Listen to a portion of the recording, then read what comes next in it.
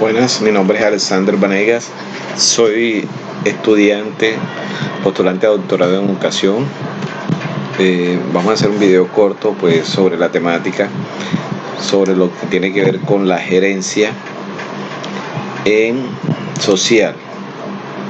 Actualmente vemos que la gerencia social en nuestros países ha sido algo que ha sido muy marcado, dado culturalmente y dado los procesos tanto educativos como económicos y políticos.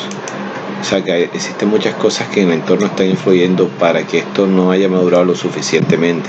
Si analizamos países como Europa, países incluso como Asia, que salieron de unos países de procesos de independencia y después marcharon hacia unos procesos de guerras internas o invasiones, fueron países que se organizaron con los pocos recursos y formaron primero la cultura de sobresalir más allá de las circunstancias que les había tocado vivir. Por tal motivo, en Sudamérica ha sido de un escenario donde el entorno ha sido bastante diverso, donde las luchas políticas, las luchas de clase, aún se siente una gran diferencia y se cree o se pretende no creer en el colectivo de lo que se pueda trabajar. Dado ese orden de ideas, pues una gerencia social es muy difícil que se pueda dar siempre y cuando no existan algunos factores que lo permitan. Entonces entendemos que primero tenemos un pasado que no nos hace anivelarnos mentalmente y culturalmente. Creemos casi siempre en el individualismo y casi siempre en la demarcación de clases. Esto nos facilita de que pueda haber nivelación en varios sectores, tanto en el educativo como en el trabajo, como en el participativo. Pero a medida que existen trabajos sociales, gerencias de proyectos sociales, las comunidades van mutuando prácticamente su átomo a prácticamente convertirse en unas células productivas. En Colombia se conoce mucho como unidades productivas. Estas unidades productivas permiten generar riqueza asociada. Aquí lo trabaja mucho lo que es el SENA.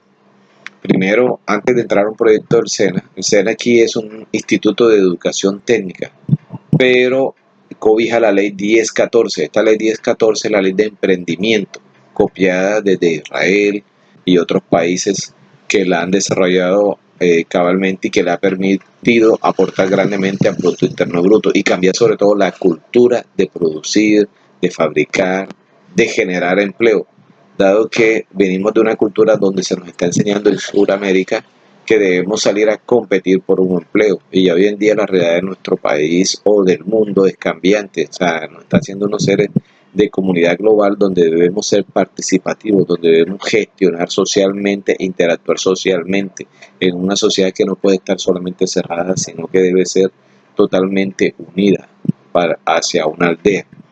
De ahí la importancia de que deben existir puentes entre la participación y la comunicación de doble vía. Dado que esto ha sido una batalla bastante cultural grande y que todavía existen regiones todavía en el país que no la tienen. Entonces, esta ley de emprendimiento, el SENA la ha fortalecido y ha permitido cambiar muchas mentalidades sobre el emprendimiento. También existen ONGs, dado aquí que en Colombia ha existido un conflicto armado y que hace casi 3 años se firmó la paz. ONGs que han venido apoyando, incluso dentro del conflicto y ahora en el post-conflicto, que todavía no podemos decir que hemos salido un conflicto. Estas ONG están llegando a comunidades que antes no llegaban por el difícil acceso de la guerra. Y están llegando a comunidades que están ameritando un cambio de mentalidad, sobre todo si estamos hablando de los reinsertados, que necesitan construir un proyecto de vida que les genere económicamente algo y poder salir de lo que ellos juraron dejar, que fueron las armas. Y ahora viene el proceso de reincorporación económica, social y activa. Entonces, esos escenarios son de planificación participativa y la verdad debe convertirse en un ejemplo para muchas comunidades, sobre todo aquellas comunidades como el Bajo Cauca, que demandan participación planificativa y están hablando incluso de microcadenas productivas, desde el campesino no le tenga que mal vender al comerciante y el comerciante de pronto no tenga que pagar tanto impuesto en un local, Ellos están hablando de pequeñas cadenas productivas que vayan ganando justamente lo que merecen bajo asociatividad. Estos son modelos bastante interesantes, ha funcionado mucho en el Cauca, que es un departamento de Colombia, y que también pueden replicarse a otras partes del país. Este enfoque participativo pues cambia muchos paradigmas frente a la orientación de cómo debe desarrollarse lo participativo y hace unos experimentos sociales muy grandes, dado que crean tiendas escolares, tiendas participativas, cultivos participativos y generan cooperativas que a su vez van generando ganancias y con esa ganancia van invirtiendo en los socios, fortaleciendo cada vez más un proceso. Eh, También existen partes donde también se da el trueque. De pronto aquí vimos en la lectura algo que se llamó la moneda social, pero acá también utilizan mucho en algunas regiones el trueque. Por citar un ejemplo, la comunidad indígena Zenú en el norte de Colombia, de la costa norte, utiliza algo que se llama la minga. La minga en algunos casos es una reunión colectiva donde los integrantes vienen y dice la persona, yo tengo mi casa, pero la quiero mudar. Son casas de bareque y de paja, o sea, madera y unos horcones de madera con paja, de palma. Entonces hace un sancocho bastante grande, hace un guarapo, un jugo, un panela, reúne la comunidad y entre todos salen, a veces sale la botellita de ron o de ñeque, que también es un ron artesanal que hacen acá, y entre todos intercambia el trabajo físico con la integración y el traslado de esa vivienda, que tiene que ser mínimo contra casi 35 hombres para poder trasladar esa vivienda al sitio donde quiere y volvérsela a construir. Prácticamente ese trabajo se está haciendo en un día, ¿ya? Entonces son cosas del trueque. Hay otras cosas del trueque como son el cambio también de semillas. Eh, Esto la verdad que muy poco se está arraigando dentro de los colegios. Hace poco el gobierno está tratando de hacer dentro del PEI la incorporación de lo que se llama la cultura de emprendimiento. En Colombia está muy atrasado en la parte educativa de secundaria, lo que es bachillerato aquí.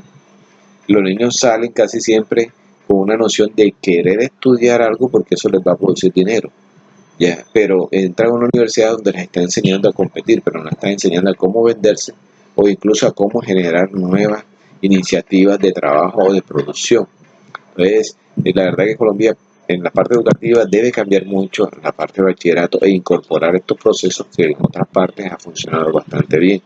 Porque no es fácil hablar de ser una persona bastante inventora, generadora de ideas, si no la aterrizamos hacia lo que se llama el emprendimiento. Cómo esa persona puede emprender bajo un camino que no va a ser fácil e incluso cómo ser profesional, cómo puede emprender como profesional con lo que aprendió y generar riqueza. La verdad que esto es un proceso que no es fácil. Y si en algunos casos le decimos a los niños que pueden hacer algo que es la comunidad del trueque, ellos se van a sorprender totalmente porque están viendo que existen unos modelos ya demarcados de una sociedad económica activa, pero también están viendo las comunidades que el dinero cada día, sobre todo en Colombia, existe una inflación. De pronto no será tan elevada como la de Venezuela, pero por decir algo, una libra de arroz aquí en Colombia costaba 1.400 pesos. En menos de un mes ya está costando 1.800 pesos, o sea, estamos hablando que subió más de un 10%, donde el índice de inflación debería ser del 5%. Entonces los niños dicen, oye, pero ven acá, si yo tengo maíz, ¿por qué no puedo intercambiar de pronto por el que tiene arroz? ¿Ya? Y así van haciendo. En algunas partes he visto que el que tiene la yuquita la intercambia con el campesino que produce la leche. El que tiene de pronto el maíz intercambia para las gallinas por los huevos. Entonces ese trueque de esta economía que hace cada día que se eleven más los precios, también internamente lo están haciendo algunos campesinos nuestros. Falta que lo podamos llevar a un escenario más educativo, como el caso de nosotros los docentes. Entonces, es posible, sí, que se pueda construir un nuevo futuro donde los niños pueden aprender otros intercambios de relacionarse económicamente.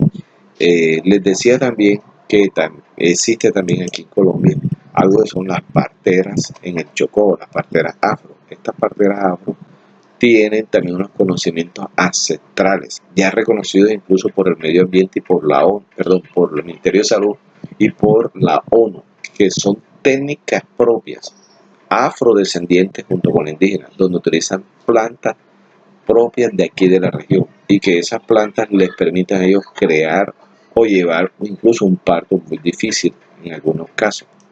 Entonces, son cosas que de pronto faltan todavía por apersonarse y de pronto apropiarse y de pronto también incluso, ¿por qué no decirlo?, unirse para poder comercializar. El papel del Estado y la sociedad civil en estos casos, la verdad que es muy paupérrimo. Hay partes donde por no tener la presencia del Estado o no tener la presencia física en infraestructura, educación, salud, vías y otras que paramos de contar, la persona fácilmente producir su producto, sea aguacate, sea maíz, sea cacao, es más costoso llevarlo donde se lo van a comprar que dejarlo perder. Esto nos conlleva incluso que muchos campesinos decidan, antes de morirse de hambre, dedicarse a unos procesos que no son los adecuados legalmente. Entonces, esta construcción de identidades y de sociedad civil no nos permite fortalecer. Estamos hablando de Colombia y en algunas regiones que está sucediendo esto. Puede haber miles de procesos de paz, pero una persona necesita una paz financiera, económica y estable para su familia, donde pueda producir. Es aquí donde verdaderamente lo que vimos en el libro, la asociación y la articulación social como sociedad, crean unas células que les permiten estar unidos, pero muy poco son las asociaciones y que giren como tal como asociaciones.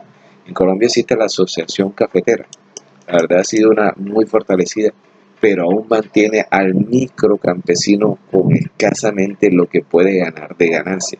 Pero la grande ganancia se la ganan ellos, pero no casi nunca la comparten o se ve reflejado dentro del gremio, que es lo que mucho ha hecho que en Colombia cambie incluso la actividad económica.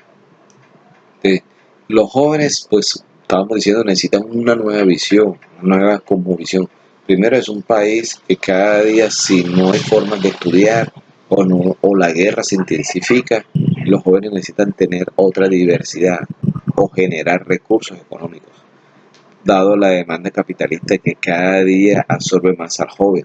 Entonces, estamos hablando de estos procesos de transformar la parte del barrio, la parte de la vereda, la parte, es también algo que también se nos integra a lo que es un programa de urbanización integrada.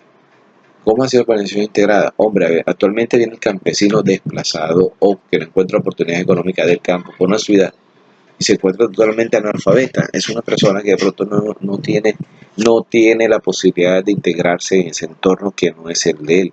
Pero si hiciéramos algo escalonado, que desde el campo se pudiesen unir como cooperativas, si pudiesen transformar lo producido, y esto a su vez de pronto un joven lo pudiera comercializar como lo está haciendo en un municipio de Boyacá.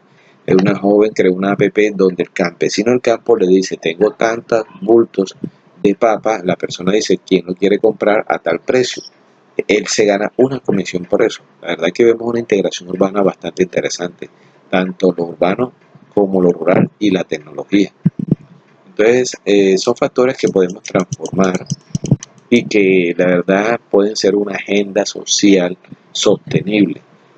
Si a esto le podemos aplicar un modelo que sea bastante liderado socialmente y que tenga una lógica en todo lo que va a hacer, podremos hablar que estamos hablando de contribuciones para formar un plan de vida y una gerencia social, porque se está construyendo un tejido social donde la sociedad puede producir, puede compartir, puede socializar y que no solamente se vea algo totalmente apiñado o manipulado.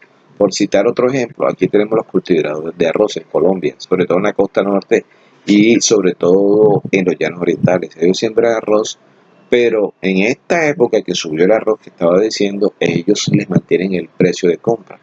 Y ellos le dicen, es muy injusto porque nuestros insumos, la gasolina, que también sube, los repuestos, los empaques, todo sube, pero nos mantienen el precio. O sea, esto hace que nuestra ganancia cada vez sea más mínima. Y son personas que no se pueden salir del negocio porque ya están endeudados. Ya sembraron con, con créditos y para poderse salir tienen que pagar con lo que tienen y si lo que el poco que le queda es para sostenerse o para la próxima cosecha. Pero si ellos crearon una cooperativa de trabajadores, de trabajadores y agricultores, la verdad que sería otra situación diferente.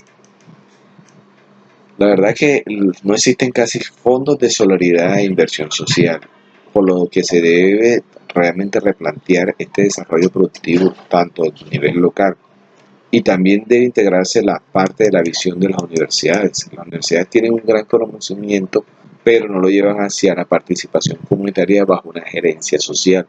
Entonces, en este sentido, en universidades tenemos universidades muy buenas, pero que muy poco están ayudando a generar esa participación comunitaria como una gerencia social.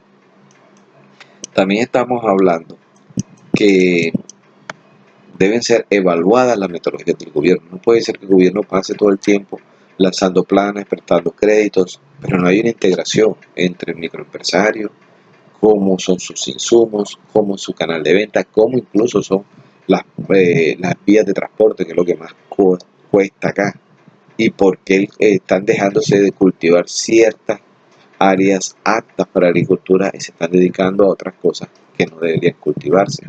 O en el peor de los casos, Colombia está importando alimentos que puede haber estado produciendo, sobre todo de países donde las carreteras, el subsidio para agricultura, para los préstamos, para la maquinaria son bastante bajos comparados acá. Entonces es algo muy ilógico y vemos que la gerencia social aquí tiene un gran campo para trabajar, pero sobre todo y antes que todo lo cultural. Entonces aquí pues estaremos hablando también de que el gerente debe tener unas habilidades, debe encontrarse un entorno donde no va a ser fácil lo político, lo social, lo cultural. Por tal motivo, pues la persona debe también apersonarse de estas realidades y también debe tomar un programa de trabajo. Primero, donde identifique las variables que están rodeando su entorno. Cómo puede moldear o analizar según esas variables su plan de trabajo. Hacer un seguimiento de plan de trabajo. Pero ese seguimiento debe tener metas y objetivos. Y ser escalonar cada objetivo o cada meta a medida que él pueda ir administrando e incluso hacer dentro unos programas de reingeniería, pero todo esto con una supervisión de motivación. Entonces, la verdad que esto ha sido una lectura muy interesante. No creía o no había escuchado casi nunca de lo que era una moneda social. Felicito pues por el material a la universidad y espero que este pequeño aporte de análisis haya sido muy bueno. Lástima el tiempo para el video. Muy amable.